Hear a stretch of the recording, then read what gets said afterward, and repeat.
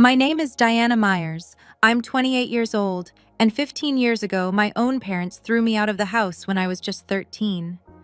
Last week, they showed up at my Uncle Harold's will reading, the man who raised me for the past 15 years, with confident smiles and a private attorney, absolutely certain they'd walk out with millions.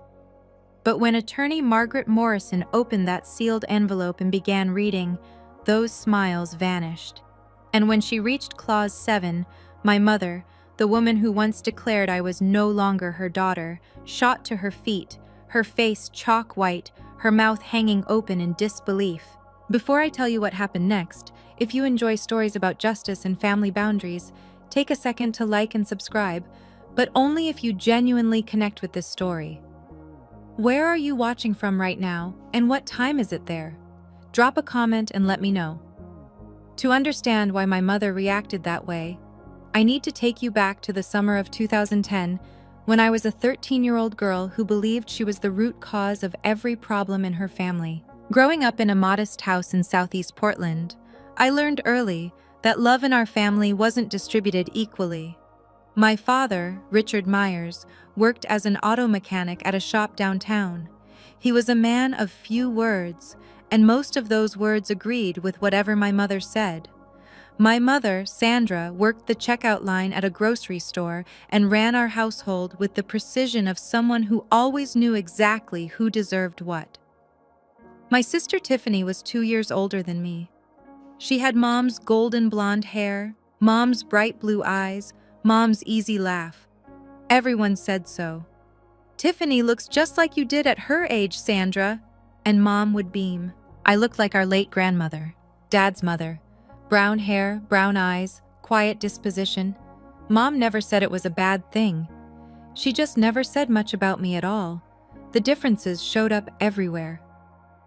For Tiffany's 15th birthday, Mom threw a party with 15 guests, a 3-tier cake from the bakery on Hawthorne, and a karaoke machine rental. For my 13th birthday, 3 months later, it was the 4 of us around the kitchen table with a marked-down cake from the grocery store where Mom worked. The frosting said "Happy Birthday" with no name, a generic leftover from someone else's canceled order. I didn't realize what was happening until I was 12. That's when I discovered Tiffany had a college savings account that had been opened when she was 5 years old. 8 years of deposits, thousands of dollars. I asked Mom why I didn't have one. She looked at me like the question surprised her. "Tiffany needs money for college," she said. "You'll figure something out. You're good at adapting." That was the first time I understood my place in this family. I was the spare child, kept around but never truly wanted. The summer of 2010 changed everything. In April of that year, I applied for the Oregon STEM Summer Academy at Oregon State University. It was a 6-week residential program for students who showed exceptional promise in science and mathematics. The scholarship covered everything: tuition, room and board, materials. Total value, $4,200. I didn't tell anyone I applied. I'd learned not to get my hopes up out loud in that house. On May 15th, the acceptance letter arrived. Out of over 2,000 applicants from across Oregon, 50 students had been selected. I was one of them. For exactly one afternoon, I felt like I mattered. Then Tiffany found out about a performing arts camp in California that her drama teacher had mentioned. 3 weeks, no scholarship, price tag, $3,800. That night at dinner, Mom announced the solution she'd worked out in her head. "Diana, you'll decline that science thing. We can't afford to send both of you to summer programs, and Tiffany's camp will help her college applications." She said it like she was discussing meal planning, not crushing someone's dreams. I stared at my plate. The words came out before I could stop them. "No." The whole table went silent. Even the refrigerator seemed to stop humming. "Excuse me?" Mom's voice dropped to that dangerous register I'd heard her use on store customers who tried to use expired coupons. "This scholarship isn't your money to redirect," I said, my voice shaking but clear. "I earned this. It's mine." Mom looked at me like I'd transformed into a stranger right before her eyes. "If you can't sacrifice for this family," she said slowly, Then you're not part of this family. At 13, I thought she was just angry. I didn't realize she meant it literally. 3 days after that dinner, I came home from the public library to find my belongings packed into 2 black garbage bags sitting on the front porch. My mother stood in the doorway, arms crossed. She didn't look angry anymore. She looked resolved, like someone who'd just finished an unpleasant chore. "I called Harold," she said. "He'll be here to pick you up. From now on, you're his problem." I stood there on the porch I'd known my entire life, trying to process what was happening. Behind Mom, I could see Dad in the hallway. He didn't look at me. He didn't say anything. I looked up at the second-floor window. Tiffany was watching from behind the curtain. When our eyes met, she stepped back into the shadows of her room. She didn't come down. I waited on that porch from 6 in the evening until 10 at night. 4 hours. My mother went back inside after the first 5 minutes. The porch light never came on. Uncle Harold lived in Seattle, 3 hours away. He drove through the night to get to me. When his gray Honda pulled into the driveway, I was still sitting on those garbage bags, knees pulled to my chest. He got out without saying anything at first, just walked up, looked at me, and wrapped me in a hug so tight I couldn't breathe. "From now on," he said quietly, "you have a home." That night, as we drove north through the darkness toward Seattle, I didn't know that my mother had signed a document before Uncle Harold left. I didn't know what it meant. I was just a scared kid staring out the window, wondering what I'd done wrong. It would take 15 years for that document to resurface, and when it did, it would change everything. Uncle Harold's house in Seattle's Ballard neighborhood wasn't large, but it felt enormous compared to the cramped space I'd occupied in my family's home. For the first time in my life, I had a room that was entirely mine. More importantly, I had someone who believed in me. Uncle Harold had built Myers Property Holdings from scratch, a commercial real estate company he'd started with a single small office building he'd purchased after working double shifts for 6 years. By 2010, he owned 8 properties across the Seattle metro area. He never married, never had children. When I arrived on his doorstep with nothing but 2 garbage bags, he didn't just take me in. He invested in me. Over the next 4 years, I poured myself into school. I graduated from Ballard High in 2014 as class valedictorian, president of the math club, with a 4.0 unweighted GPA. The University of Washington offered me admission with a partial scholarship to their Foster School of Business. By 2018, I had my bachelor's degree in finance, graduating summa cum laude with a 3.94 GPA.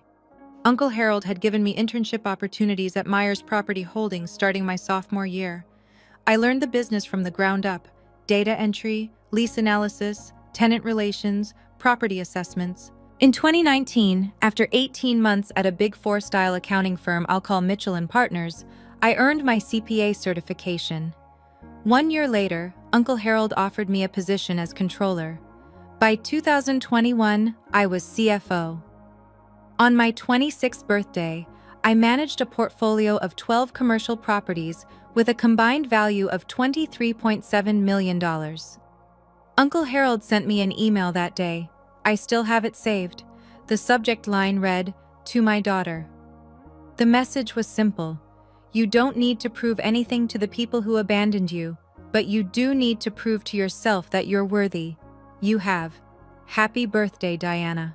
In 15 years, my biological family reached out exactly 3 times. The first was in 2012. My mother called Uncle Harold's phone, not mine, to ask for $5,000. Dad had lost his job at the auto shop. Times were hard. Surely Harold could help his own brother. Uncle Harold declined. He told me about the call afterward, his jaw tight. "They haven't asked about you once," he said. "Not how you're doing in school, not if you're okay. They just want money." The second contact came in 2016. Tiffany mailed me a wedding invitation. No personal note. No, "I hope you're well." Just the formal printed card with my name and Uncle Harold's Seattle address. I didn't attend. I didn't send a gift. I didn't respond at all. The third was in 2020. My mother sent me an email, the first direct contact she'd initiated since throwing me out. The subject line was, "Checking in." The message mentioned that she'd seen an article in Seattle Business Journal about Myers' property holdings expanding into the East Side market. She hoped I was doing well and suggested we should catch up sometime. I deleted the email without responding. I wasn't holding grudges. I had simply built a life that didn't include them, and I saw no reason to change that. In the summer of 2024, Uncle Harold received a diagnosis that changed everything. Congestive heart failure, advanced stage. The doctors gave him 12 to 18 months. He lasted 8. During those final months, Uncle Harold met with his estate attorney multiple times. He updated his will in June 2024, 6 months before he passed. When I asked him about it, he just smiled. "Everything's taken care of," he said. "You focus on the business. I've handled the rest." I didn't know what he'd written. I didn't know about the clauses. I trusted him completely. I had no idea what was coming. Uncle Harold passed away on February 28, 2025. He went peacefully in his sleep at Swedish Medical Center with me holding his hand. 1 week later, on March 7th, I was in my office at Myers Property Holdings when my phone buzzed with an unknown Portland number. I almost didn't answer. "Diana?" The voice was immediately recognizable. 15 years hadn't changed my mother's particular way of saying my name, like she was tasting something she wasn't sure she wanted to swallow. "Sandra." I kept my voice neutral, not Mom, just her name. A brief pause. I could almost hear her recalibrating. "I heard about Harold," she said. "I'm so sorry for your loss. I was thinking I should come up for the memorial service, pay my respects. The memorial was 3 days ago." Another pause. "Oh, well, I also heard there's a will reading coming up. Family has a right to attend these things, you know, especially when it involves a brother's estate." There it was, the real reason for the call. "How did you find out about the will reading?" "I have an attorney, Victor Harrington. He made some calls." The name sparked a faint memory. Uncle Harold had mentioned a Victor Harrington once, an attorney he'd consulted years ago and decided not to work with. I spoke to Margaret Morrison, Uncle Harold's estate attorney, the next morning. She confirmed my suspicions. Sandra had hired Victor Harrington to file a claim challenging the will. Their grounds, undue influence, alleging that I had manipulated a sick man in his final months. They were also demanding to attend the will reading as immediate family members of the deceased. I stared at the photo of Uncle Harold on my desk. In the picture, he was smiling. Almost like he'd known this would happen. Almost like he'd planned for it. Margaret Morrison's office occupied the 47th floor of the Columbia Center, Seattle's tallest building. Through the floor-to-ceiling windows, you could see all the way to Mount Rainier on a clear day. March 10th wasn't clear. Rain streaked the glass as Margaret laid out the situation. Victor Harrington filed a formal challenge to the will on behalf of Richard and Sandra Myers, she said, sliding a document across her desk. The claim alleges undue influence. They're arguing that you isolated Harold from his family during his illness and pressured him to change his estate plan. I read through the filing, my stomach tightening with each paragraph. "They're demanding 50% of the estate," Margaret continued. "Their legal theory is that as Harold's only surviving sibling, Richard should be entitled to inherit under intestacy rules, or at minimum, receive a significant share that reflects the natural bonds of brotherhood." "Natural bonds," I repeated. "Richard and Harold hadn't spoken in 8 years before I came to live with Uncle Harold. Did you know that?" Margaret nodded. "I'm aware. Harold told me the whole history, but that's not what concerns me about this filing." She pulled out another page from her folder. "They don't need to win this case. If this goes to litigation, the estate could be frozen for 12 to 18 months during discovery and trial. Meanwhile, the properties need management, tenants need attention, bills need to be paid. A protracted legal battle could cost hundreds of thousands in legal fees and potentially devalue the entire portfolio. So they're betting I'll pay them off to make them go away. That's the strategy, Margaret agreed. It's not unusual in estate disputes. I looked down at the challenge filing. In the section describing our family history, Sandra had written that I had abandoned my family and exploited Harold's loneliness. The woman who threw me out was claiming I abandoned her. "Do you have any documentation about your circumstances in 2010?" Margaret asked. "Anything that establishes what actually happened when you went to live with Harold?" I thought back to that night on the porch, the garbage bags, the 4-hour wait, Uncle Harold arriving in the darkness. "I was 13, I said. "I didn't exactly keep records." "Harold did." Margaret was already reaching for her phone. She dialed her assistant and asked for a specific file number from the archives. 20 minutes later, her assistant returned with a yellowed folder. Margaret opened it carefully, scanning the contents. Then she looked up at me with an expression I couldn't quite read. "Diana, did you know about this?" She slid the document across the desk. The header read, "Voluntary relinquishment of parental rights and transfer of guardianship." Dated July 15, 2010. The document stated that Richard James Myers and Sandra Ellen Myers, being of sound mind, voluntarily relinquished all parental rights and responsibilities for their minor daughter, Diana Marie Myers, and transferred full legal guardianship to Harold Raymond Myers. At the bottom were 4 signatures: my mother's, my father's, Uncle Harold's, and a notary public from King County, Washington. File number 2010 GH 5847.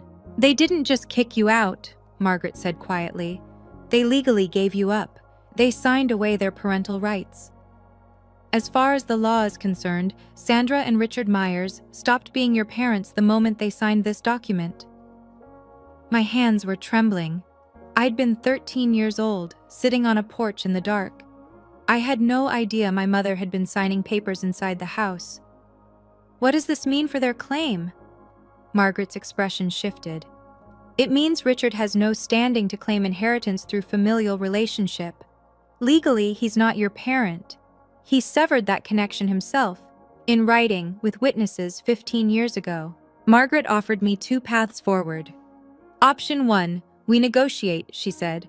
"I reach out to Harrington, explain that their legal position is weaker than they realize, and offer a settlement. $500,000 to $1 million in exchange for them withdrawing their challenge and signing a waiver of any future claims. It's faster, cleaner, and avoids any public spectacle." "And option 2? "We proceed with the will reading as scheduled. They've demanded to attend as family members. We let them. Then we present the evidence. The guardianship transfer document, the full history, everything Harold wanted disclosed in the event of a challenge." She paused. "Harold anticipated this, Diana. He left specific instructions for how to handle exactly this scenario. He wanted the truth on the record." I went home that night and couldn't sleep. I sat in the living room of the house Uncle Harold had left me, staring at the family photos on the mantel. There were pictures of me at every stage: high school graduation, college commencement, the day I got my CPA license, my first day as CFO. In every photo, Uncle Harold was beaming beside me. There were no photos of Richard or Sandra, not one. I thought about Uncle Harold's words from that email years ago. "You don't owe them anything, but you owe yourself the truth." At 7 the next morning, I called Margaret. "I want the will reading to proceed," I said. "No settlement, no buyout. If they want to be present for this, let them. But we're not hiding anything." "Are you sure?" "Once this becomes public, they chose to make this public when they filed their challenge. I'm just respecting their choice." The will reading was scheduled for Friday, March 14, 2025, at 2:00 p.m. in the Morrison & Associates conference room. 5 days away. The next few days were a blur of preparation. My best friend Elena Torres, we'd met when she joined Myers Property Holdings as HR director 3 years earlier, helped me organize the documentation. She was the only person besides Margaret who knew the full story of my childhood.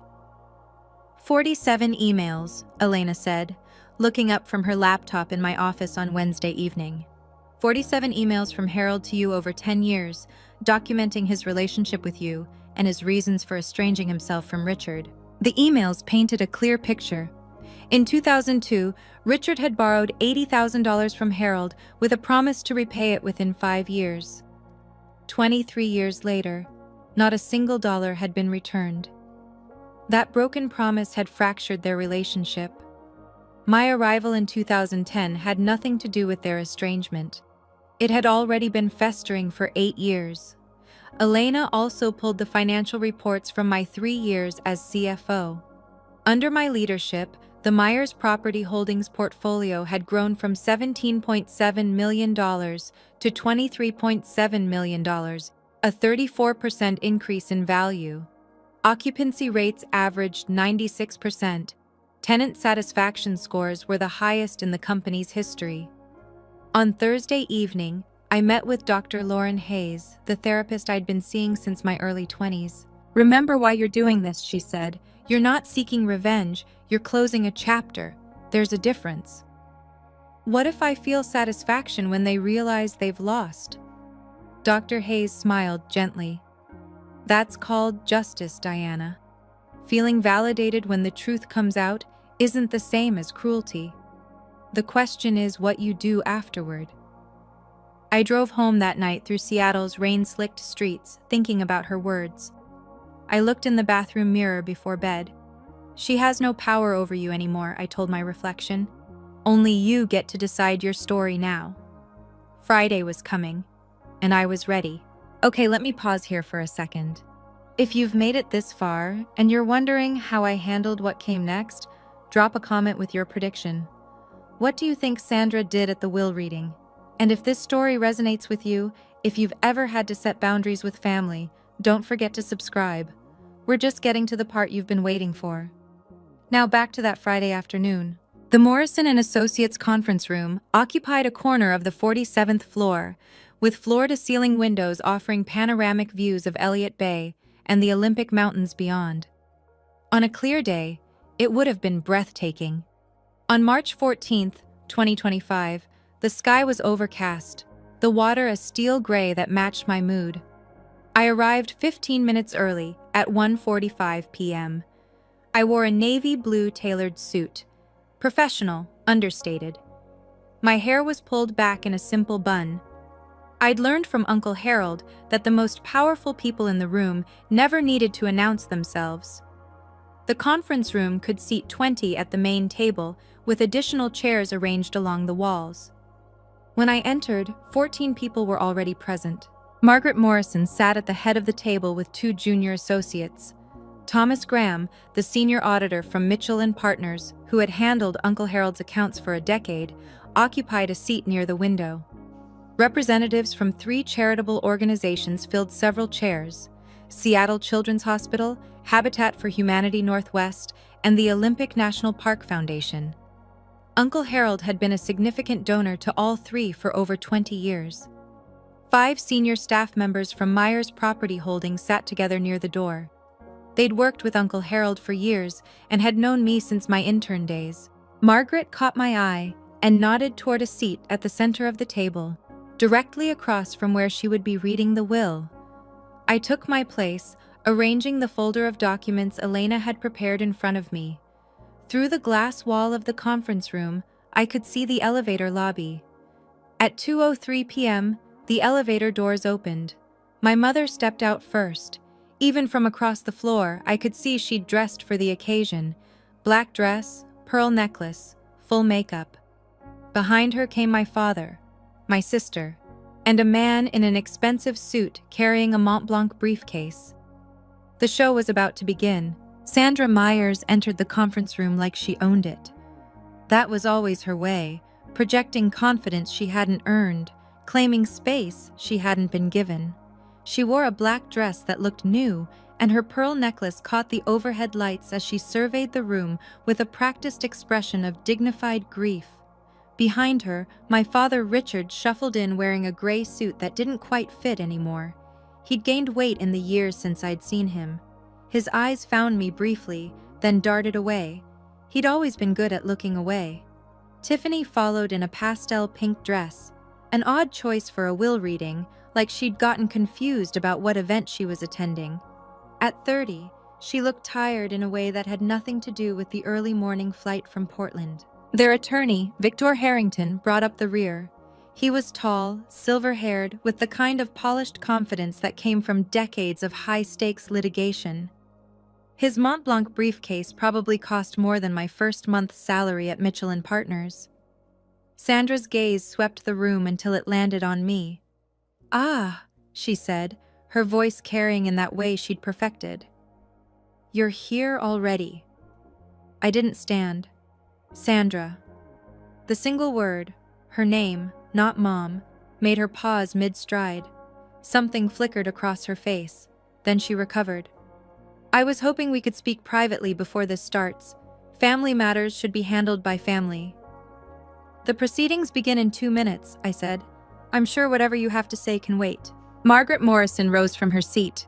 "Mrs. Myers, Mr. Myers, Ms. Myers, Mr. Harrington, there are seats arranged for attending parties along the wall. The main table is reserved for beneficiaries and estate representatives." Sandra's jaw tightened visibly. She'd expected a seat at the center of things. Instead, she was being directed to the margins. She wasn't even at the table. Sandra didn't take her seat quietly. Instead, she detoured past the representatives from Seattle Children's Hospital, pausing to introduce herself with an expression of practiced sorrow. "I'm Sandra Myers," she said, loud enough for most of the room to hear. "Harold's sister-in-law. We were quite close for many years, before this unfortunate estrangement." She glanced meaningfully in my direction. The hospital representative, a woman in her 50s named Dr. Patricia Wells, nodded politely but said nothing. Sandra continued, undeterred. "It's so tragic how some people come into a family and create division. Harold was such a generous man, so trusting, perhaps too trusting." I kept my eyes on my folder. I didn't respond. I'd learned long ago that Sandra fed on reactions. Tiffany, settling into a chair against the wall, added her piece. "Uncle Harold used to visit us in Portland all the time when we were kids. I don't understand why she gets to sit up there and we're back here." Victor Harrington was already taking notes, his pen moving across a legal pad, documenting everything, building their case, looking for any reaction he could twist. I gave him nothing. Sandra took her seat beside Tiffany, but she wasn't finished. As Margaret organized her papers at the head of the table, Sandra's voice cut through the quiet room once more. "A child who's been rejected by her parents usually has a reason. I just wish Harold had seen through her the way we did. A mother always knows." The words hung in the air. Several people in the room shifted uncomfortably. Thomas Graham, the auditor, was staring at Sandra with open disbelief. I looked at her, really looked at her, for the first time in 15 years. She hadn't changed at all. The same certainty, the same need to control the narrative, the same absolute conviction that she was the victim. Margaret cleared her throat. "It's 2:10, we'll begin." Margaret Morrison broke the seal on a large envelope with the careful precision of someone who had performed this ritual hundreds of times. "This is the last will and testament of Harold Raymond Myers," she began, her voice carrying the formal weight the moment demanded. "Born July 4, 1953, deceased February 28, 2025. This document was executed on June 18, 2024, and represents the final expression of Mr. Myers' wishes regarding the disposition of his estate." Sandra sat forward slightly, her pearl necklace catching the light. Margaret continued reading the preliminary sections. Article 1 confirmed Harold's identity and residence.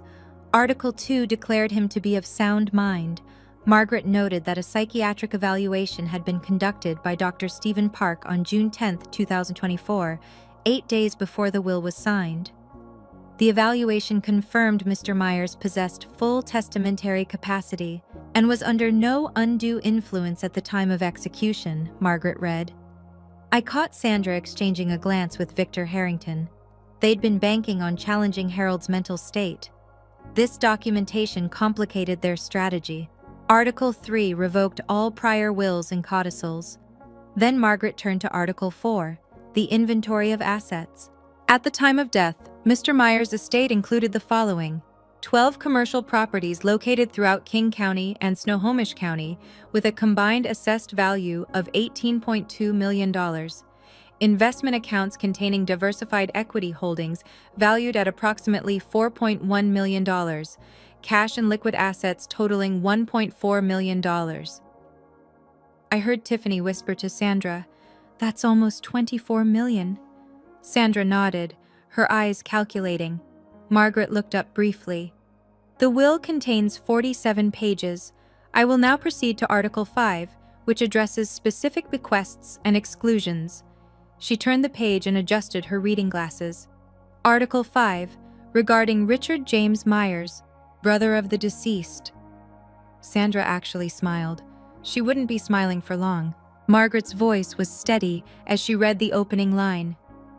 I make no provision in this will for my brother, Richard James Myers, for the following reasons, which I wish to be read aloud and entered into the record. Sandra's smile flickered. Margaret continued reading Harold's words.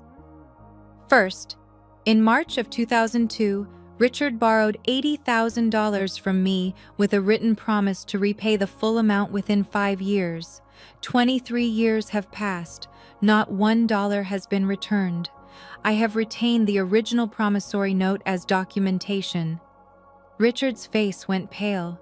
He hadn't expected this. Second, on July 15, 2010, Richard and his wife Sandra voluntarily executed a legal document relinquishing all parental rights to their daughter Diana Marie Myers, transferring full guardianship to me.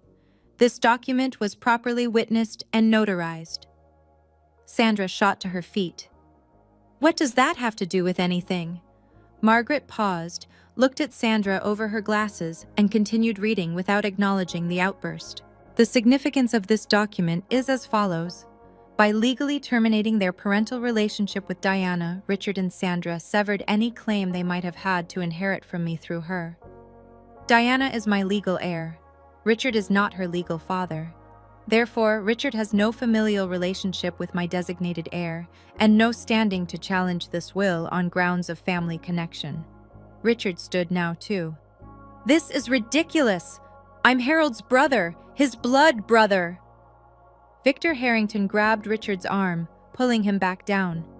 But even the attorney's face had gone gray. Margaret reached into her file and produced a document.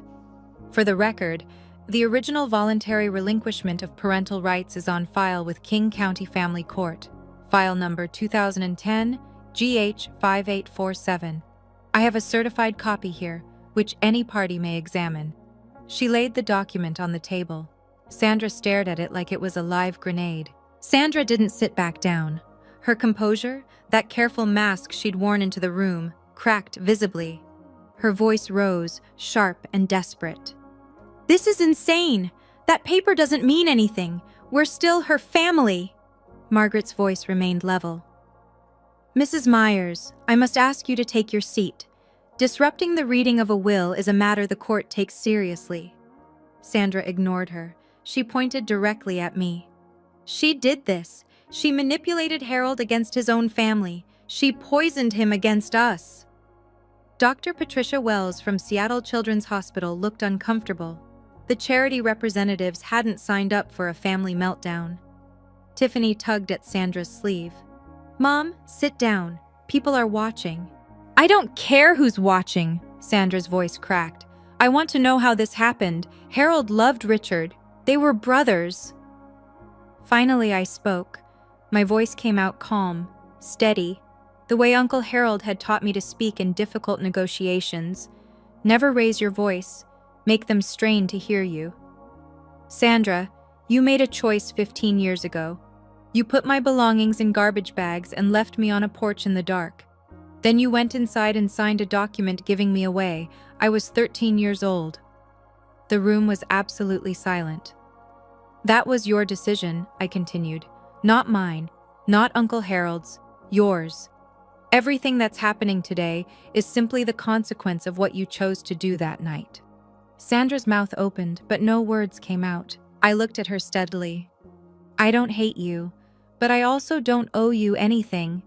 You made sure of that when you signed that paper. Victor Harrington was writing furiously on his legal pad, though I couldn't imagine what strategy he thought he could salvage. Margaret cleared her throat. If we may continue, I haven't yet read Clause 7. Sandra finally sank back into her chair, but Clause 7 was the one that would truly end her hopes. Margaret turned to page 12 of the will and paused. Then she read the words that would change everything. Article 7, Designation of Sole Beneficiary. The room held its breath. I hereby bequeath the entirety of my estate, including all real property, investment accounts, liquid assets, and personal effects, to my legally adopted daughter, Diana Marie Myers. Adopted. The word hung in the air like a thunderclap. Sandra's face went white, actually white, like someone had drained the blood from her head. Adopted? Richard's voice was hoarse. Since when? Margaret answered with the same calm precision she'd used throughout. Mr. Harold Myers formally adopted Diana Marie Myers on September 12, 2012, when she was 15 years old. The adoption was finalized in King County Family Court, file number 2012 AD 3291. As Mr. and Mrs. Richard Myers had already legally relinquished their parental rights in 2010, no additional consent was required. Tiffany stared at me. So you're not related to us anymore? I met her eyes. Not legally. Not since Mom and Dad signed me away. Margaret continued reading. Diana is not merely a beneficiary. She is my daughter in every way that matters, legally, practically, and emotionally. She has worked alongside me for years, proven her competence and integrity, and I trust her completely to continue the work I began. There is no one more deserving of this inheritance, and no one I love more. My vision blurred. I blinked back tears. Uncle Harold had never told me about the full language of this clause. He'd kept it a secret, waiting for this moment, knowing it might come. Sandra was shaking her head slowly, like someone trying to wake from a nightmare. This can't be legal, she whispered. Victor, tell them this can't be legal. Victor Harrington didn't answer. He was staring at his legal pad, pen motionless.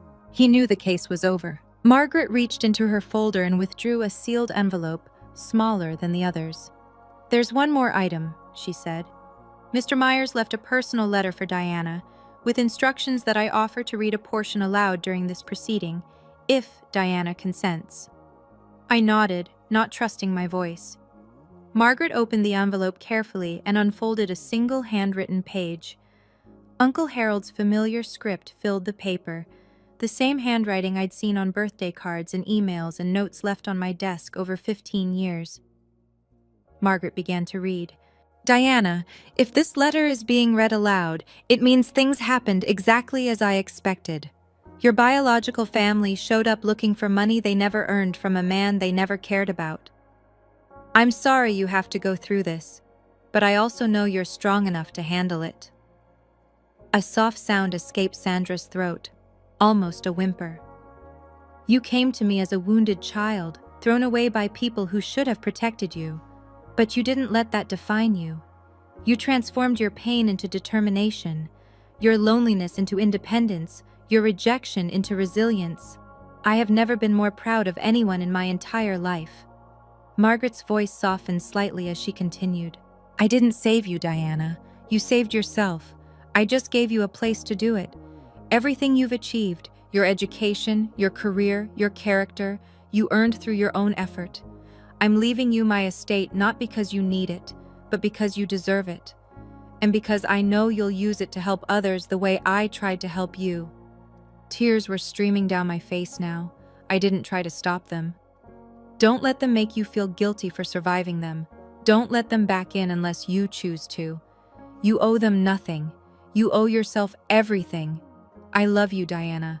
Forever your father, Harold. Sandra made one last desperate play. She stood again, but this time her voice had shifted. The anger was gone, replaced by something that was meant to sound like wounded motherhood. Diana, sweetheart, I know things were hard when you were young. I made mistakes, I admit that now. But we're still blood. We can work through this. Can't we at least talk about dividing the estate fairly? I wiped my eyes and looked at her. You gave up the right to call me sweetheart 15 years ago. I want to contest this will, Sandra announced to the room. Victor, tell them. We have grounds, undue influence. Harold was sick, she isolated him. Victor Harrington finally spoke, though he sounded like a man reading his own obituary. Mrs. Myers, perhaps we should discuss our options privately. No, tell them, we're going to fight this, Margaret interrupted by turning her iPad around to face the room. On the screen was an email thread. Mr. Harrington, perhaps you'd like to explain this to your clients. The room went quiet. Margaret read aloud. This is an email dated March 3, 2022, from Harold Myers to Victor Harrington. The subject line is terminating services. In the email, Mr. Myers writes, Victor, I am ending our professional relationship. Your advice that I include Richard in my estate plan despite his years of financial exploitation and his treatment of Diana is unacceptable. I will be engaging new counsel. She looked up at Victor. You previously represented Harold Myers. You were terminated because you advocated for Richard's interests over Harold's wishes. And now you've accepted this case against Harold's estate, without disclosing that conflict of interest to your current clients. Victor's face had gone the color of old concrete. Sandra turned to stare at him. You told me we would win. He had no answer. Victor Harrington stood up abruptly, gathering his Mont Blanc briefcase with shaking hands. I need to review these documents, he said, his voice stripped of its earlier polish. We should discuss our options privately, Mrs. Myers. Discuss what? Sandra's voice was rising again. You're leaving? Right now? In the middle of this? Victor didn't answer. He was already moving toward the door, walking with the stiff gait of a man who knew his career might be imploding. Victor! Sandra called after him. Victor! The conference room door closed behind him with a soft click. Sandra stood frozen, abandoned by her own attorney in front of everyone she'd hoped to impress. Richard hadn't said a word in minutes. He sat slumped in his chair, staring at the floor. He'd spent his whole life following Sandra's lead, and now she had led them both off a cliff. Tiffany was crying quietly. I couldn't tell if she was upset about the money or about the public humiliation. Sandra turned back to me one more time. The mask was completely gone now. Underneath it was just desperation, and beneath that, something that might have been the first stirrings of real regret. Diana, her voice broke. We can still, we're still a family, aren't we? Blood is blood. You could still... I stood up from the table. Sandra, you stopped being my family on July 15th, 2010. You signed the document yourself. I didn't make that choice, you did. I gathered my folder and looked at her steadily. I don't hate you. I actually feel sorry for you, but you have no claim on me. Not legally, not emotionally, not in any way that matters. I turned to Margaret. Can we continue with the remaining articles? Margaret nodded. Sandra sat down heavily. She didn't speak again for the rest of the reading. Margaret turned to the next section with practiced calm. Article 9, Charitable Bequests. The representatives from the 3 charitable organizations straightened in their seats. I direct that the following gifts be made from my estate. $500,000 to Seattle Children's Hospital, to be used for the establishment of a scholarship fund for children from disadvantaged backgrounds. $300,000 to Habitat for Humanity Northwest, for the construction of affordable housing in the greater Seattle area. $200,000 to the Olympic National Park Foundation, for wilderness preservation and environmental education programs. Dr. Patricia Wells from Seattle Children's Hospital nodded solemnly. Harold was one of our most consistent donors for over 2 decades. This gift will help hundreds of families. The representative from Habitat for Humanity added, We've built 6 homes with Harold's previous donations. This will fund at least 4 more. Margaret continued. I also request that my daughter Diana continue the charitable giving programs I established during my lifetime at her discretion. I trust her judgment completely. I found my voice. I will. I'll honor everything Uncle Harold built. A thought occurred to me as I looked at the 3 charity representatives sitting in this room. They weren't here because the law required it. They were here because Uncle Harold had asked them to come. He'd wanted witnesses, neutral parties who could testify to exactly what had happened here today if Sandra and Richard tried to pursue their case further. Uncle Harold had anticipated every move. Dr. Wells caught my eye and offered a small, kind smile. Harold used to talk about you constantly. Every board meeting, every donor event. Diana did this. Diana achieved that. He was so proud of you. I blinked back fresh tears. Even in death, Uncle Harold had surrounded me with people who believed in me. When Margaret finished reading the final articles of the will, she turned to me. Diana, as sole beneficiary and executor, would you like to say a few words?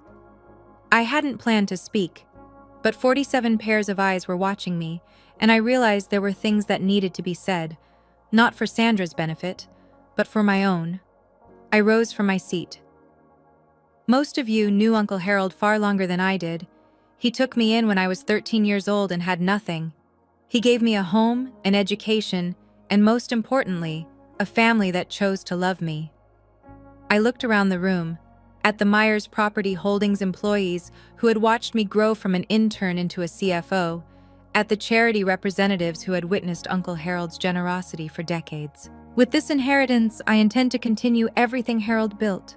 The properties will be managed with the same integrity he established. The charitable commitments will be maintained, and I'll be establishing a new scholarship fund, the Myers STEM Scholarship, for children from difficult family situations who need someone to believe in them. My eyes found Sandra, still sitting rigid in her chair. As for my biological relatives, I hold no grudge. I've made peace with what happened.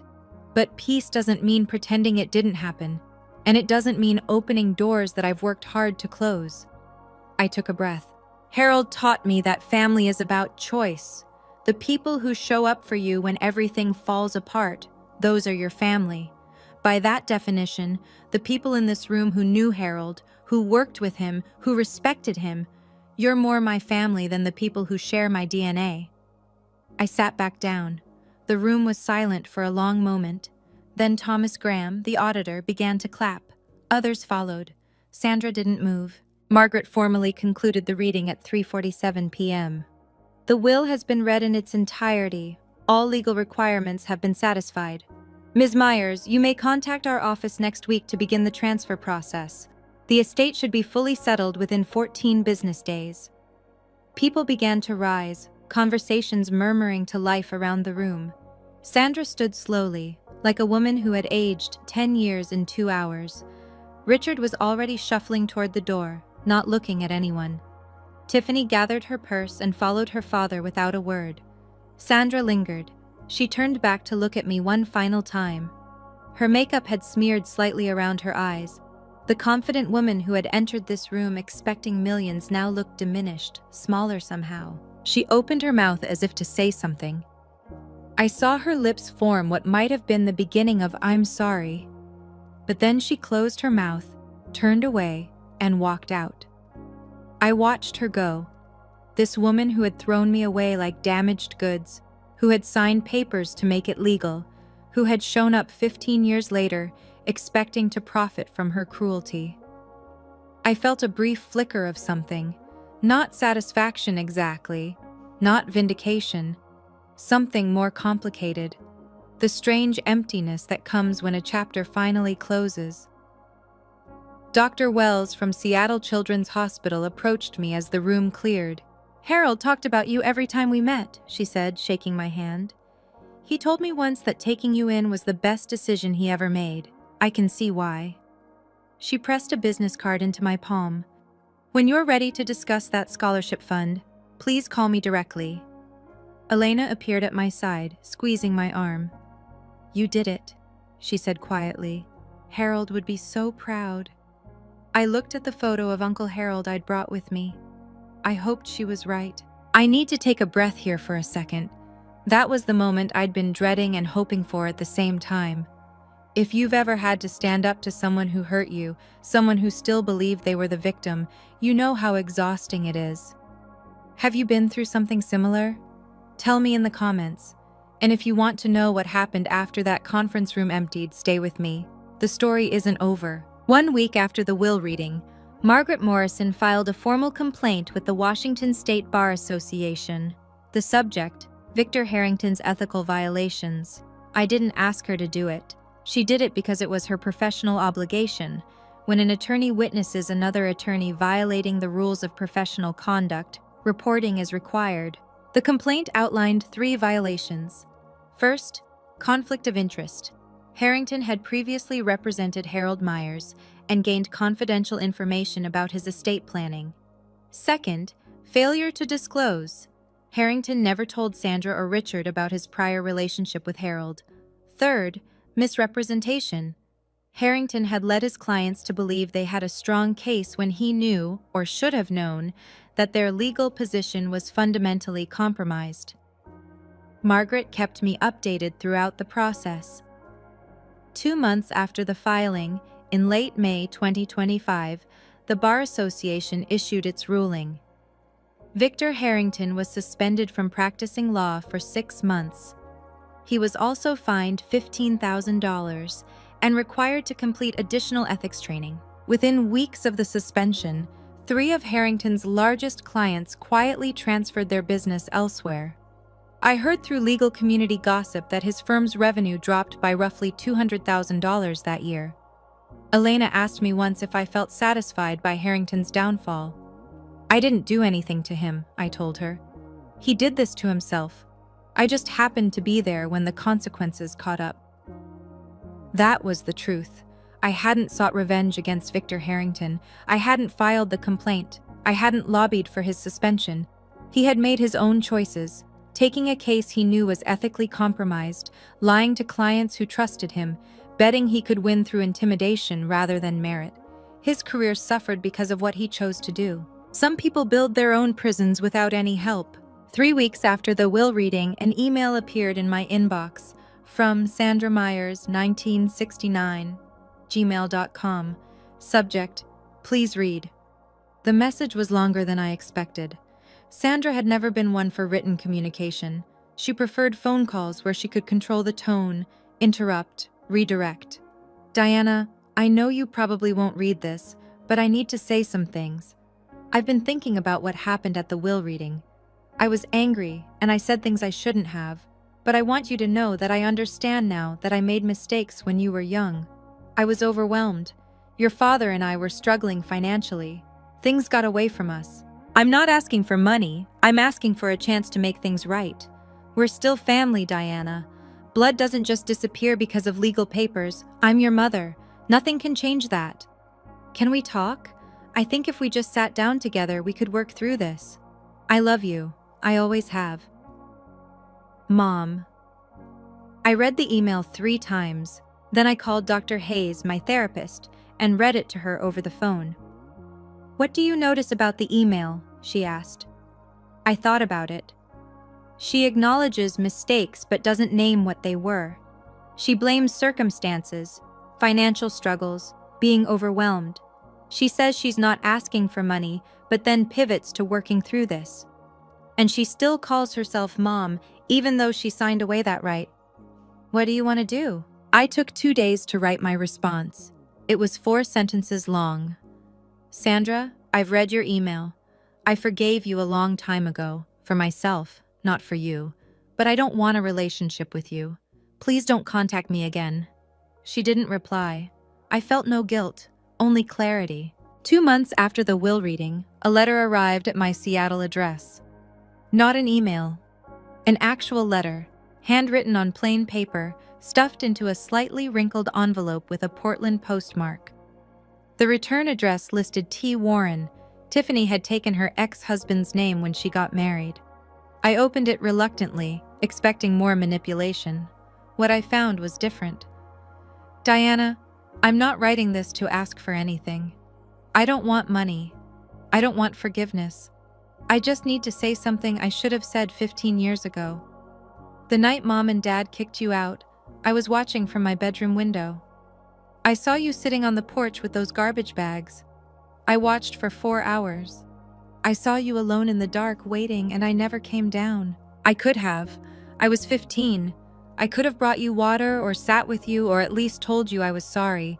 Instead, I just watched from the window like a coward. That's haunted me ever since. Every time Mom would talk about you, always blaming you, always making herself the victim, I would think about that window, about what I didn't do. I'm not asking you to forgive me. I'm not asking for a relationship. I just wanted you to know that I know what I did was wrong. I failed you when you needed family most. You deserved better from your older sister.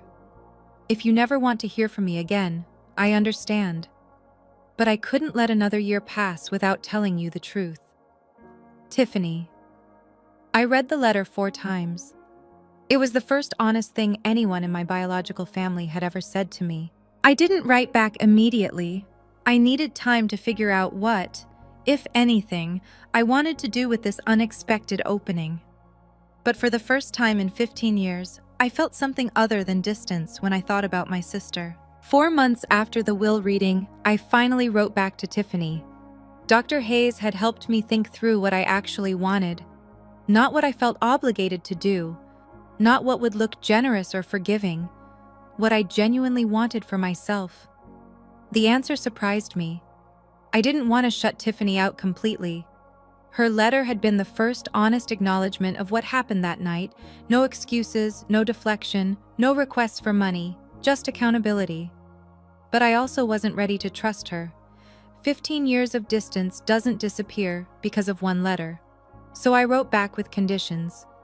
Tiffany, I've read your letter many times. I appreciate that you acknowledged what happened without making excuses. That took courage. I'm not ready for a full relationship, but I'm open to cautious contact under these conditions. First, no contact through Mom or Dad. I've ended communication with them permanently, and I need that boundary respected. Second, no discussions about money, inheritance, or anything related to Uncle Harold's estate. Ever. Third, I reserve the right to end any conversation without explanation. If I go quiet, I need you to respect that. If these conditions work for you, we can start with a monthly video call. 15 minutes, low pressure. We can talk about our lives, surface level at first. If that goes well, we can gradually build from there. This isn't me saying everything is forgiven and forgotten. This is me saying I'm willing to see if there's something worth building, but it has to be on my terms. Let me know if you accept these conditions. Diana. Her reply came 3 days later. One word: accepted. I scheduled our first call for the following Saturday. 15 minutes. That was all I could commit to. But it was a start. The first video call with Tiffany happened on a Saturday afternoon in September 2025, 6 months after the will reading. I sat in my home office with my laptop open, watching the seconds count down until 2:00 p.m. My heart was beating faster than it had during the will reading. This felt more dangerous somehow. Confronting Sandra had been about defending myself against an attack. This was about choosing to be vulnerable. The call connected. Tiffany's face filled the screen. She looked different than she had at the will reading, less made up, more tired, but also somehow more real. "Hi," she said. "Hi." We stared at each other for a moment. 15 years compressed into a video call rectangle. "I wasn't sure you'd actually answer," she admitted. "I almost didn't." That broke something loose. Tiffany laughed, a nervous, relieved sound, and I found myself almost smiling. We kept it light, as I'd requested. Surface level. She told me about her job. She was training to become a nail technician, working toward getting licensed. She mentioned her kids, Jaden, 8, and Lily, 6, without asking me to be their aunt. I told her about the business, about Seattle weather, about nothing too personal. At 14 minutes, I said we should wrap up. Diana? Tiffany's voice stopped me before I could end the call. Thank you for giving me a chance. I know you didn't have to. This is step 1, I said. We'll see where it goes. Step 1 is more than I expected. We scheduled another call for the following month. After she hung up, I sat in my office for a long time, processing. I didn't know if Tiffany and I would ever have a real relationship. Maybe we'd stay in this tentative place forever. But for the first time, I was the one deciding what happened next. That power was worth more than the inheritance. March 14th, 2026. 1 year exactly since the will reading that changed everything. I stood outside a modest commercial building on Capitol Hill, the first property Uncle Harold ever purchased, back in 1987 when he was a 34-year-old with a dream and barely enough money for a down payment. The building had been renovated last fall.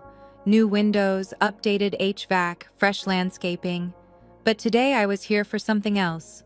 A bronze plaque had been mounted beside the main entrance, the Harold R. Myers Building, in memory of a man who chose love over blood, 1953 to 2025. I touched the letters of his name, feeling the cold metal under my fingertips. In the years since the will reading, Myers' property holdings had grown by 12%, bringing the portfolio value to $26.5 million. Occupancy rates remained above 95%. We'd expanded into 2 new properties and upgraded 3 existing ones. More importantly, the Myers STEM Scholarship had awarded its first grants. 5 students from difficult family situations, each receiving full funding for summer programs in science and mathematics. Dr. Wells at Seattle Children's Hospital had helped select the recipients. Tiffany and I still talked once a month. The conversations had gotten slightly easier. We'd graduated from 15 minutes to 25. I'd seen pictures of her kids. She'd seen pictures of my apartment. We weren't sisters in any traditional sense, but we were something. Sandra and Richard had stopped trying to contact me. I didn't know what their lives looked like now, and I found that I didn't need to know. Elena walked up beside me, looking at the plaque. You okay? I considered the question. I'm peaceful, I said. That's even better than happy.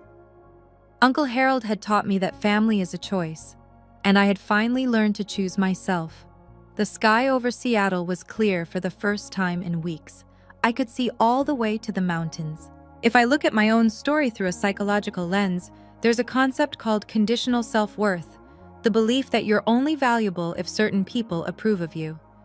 I spent the first 13 years of my life trapped in that belief. My mother's indifference felt like proof that I didn't matter. What actually saved me wasn't Uncle Harold's money, it was his unconditional acceptance. He saw me for who I was, not who I should have been.